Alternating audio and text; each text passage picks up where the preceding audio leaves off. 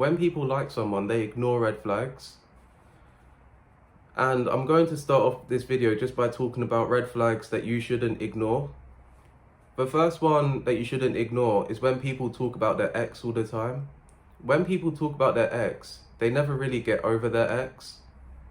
And the reason why I'm saying this is because when people can't get over their ex, they bring that into a new relationship, and it's like extra baggage. They never really healed from the relationship and they're putting that onto someone else.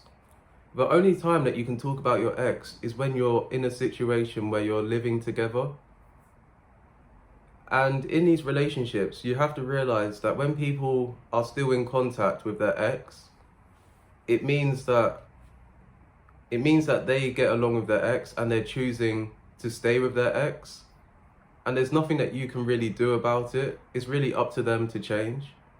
And it's up to them to see it from your point of view. Another red flag that you can't ignore is when people have no skincare routine or no fitness routine. And when you're being your best self, it's about having a skincare routine, it's about having a fitness routine. And by having a skincare and fitness routine, they go together.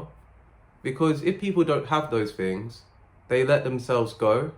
And when they let themselves go, and when people let themselves go, they aren't the person who their partner was attracted to near the beginning. And when people are single, they work on their looks, they work on their style, and they're not comfortable because whenever people are single, they think, I'm going to attract as many people as I can. But when they're in a relationship, they expect the one person to be attracted to them all the time, even when they don't look as good. And you need to realize that you need to think about how many people I can attract when you're in a relationship. And what else I'm going to say, when it comes to another red flag that you can't ignore, is communication. Because people can communicate in person, on FaceTime, they can communicate on text, or they can have a phone call. And if you see a person that doesn't communicate at all, and they expect you to be a mind reader, they expect you to know what they want, but they don't actually tell you, you should simply just walk away. And I know when you like someone, it's easier said than done. You need to make sure that their red flags, you deal with it near the beginning of the relationship. You don't want to deal with red flags when it's near the ending of the relationship or in the middle, because that builds up over time. I think the final message that I'm going to say in this video, when you like someone and you ignore their red flags and you end up in a relationship with them, you realize in the middle of the relationship that their red flags keep coming up. If you ignore their red flags to the point where you're in a relationship, you need to have an honest conversation of what it is that you want, and you have to listen to what it is they want. And if the stuff that you want don't align, then you have to be fine with just moving on.